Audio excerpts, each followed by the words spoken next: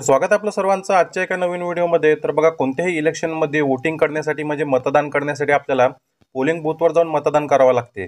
पण कधी-कधी आपला वार्ड, पत्ता किंवा एरिया चेंज झाल्यामुळे आपलं पोलिंग बूथ म्हणजे मतदान केंद्र सुद्धा चेंज होते आणि वोटिंगच्या दिवशी आपल्याला भटकावे लागते, इन्क्वायरी करावी लागते। पण आता तुम्हाला तसं करण्याची गरज नाही।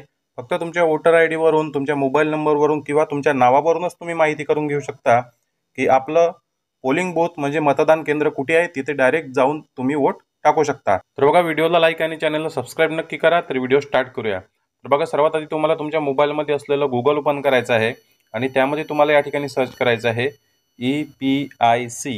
EPIC सर्च केल्यानंतर बघा, तुमच्यासमोर अशा प्रकारची जी आहे ती वेबसाईट ओपन होईल आणि सेकंड नंबरची वेबसाईट तुम्हाला दिसत आहे election commission voters service portal.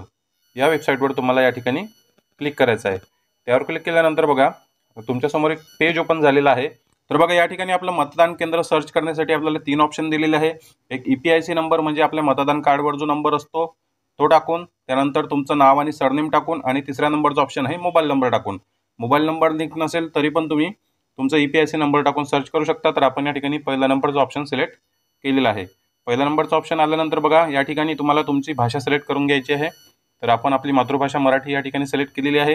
त्यानंतर तुम्हाला EPIC नंबर या ठिकाणी टाकायचा। EPIC नंबर तुमच्या कार्डवर कॉर्नरवर लिहिलेला असेल, मी बघा त्या ठिकाणी मार्किंग केलेलं आहे, त्या ठिकाणी EPIC नंबर तुमचा लिहिलेला असतो। EPIC नंबर टाकल्यानंतर आपल्याला या ठिकाणाहून आपलं स्टेट सिलेक्ट करून घ्यायचं आहे, राज्य सिलेक्ट करायचं आहे। तर बघा, या ठिकाणी मी आपला महाराष्ट्र या ठिकाणी सिलेक्ट केलेला आहे।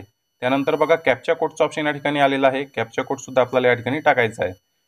सर्च बटनवर क्लिक केल्यानंतर बघा, खाली लगेच तुम्हाला या ठिकाणी तुमचे रिझल्ट येतील आणि बघा, तुमचं नाव, रिलेटिव्ह नेम म्हणजे मदर फादरचं नेम, स्टेट, डिस्ट्रिक्ट, त्यानंतर असेंब्ली कोणती आहे तुमची, देवळी विधानसभा या ठिकाणी दाखवत आहे, तुमच्या गावाचं नाव, आणि या ठिकाणी बघा पोलिंग स्टेशन या ठिकाणी पूर्ण दिसून येत आहे। जिल्हा परिषद primary school northern side room number 5 building number 2 room number 2 Nachangaon, room number सहित या ठिकाणी पूर्ण डिटेल तुम्हाला मिळत आहे।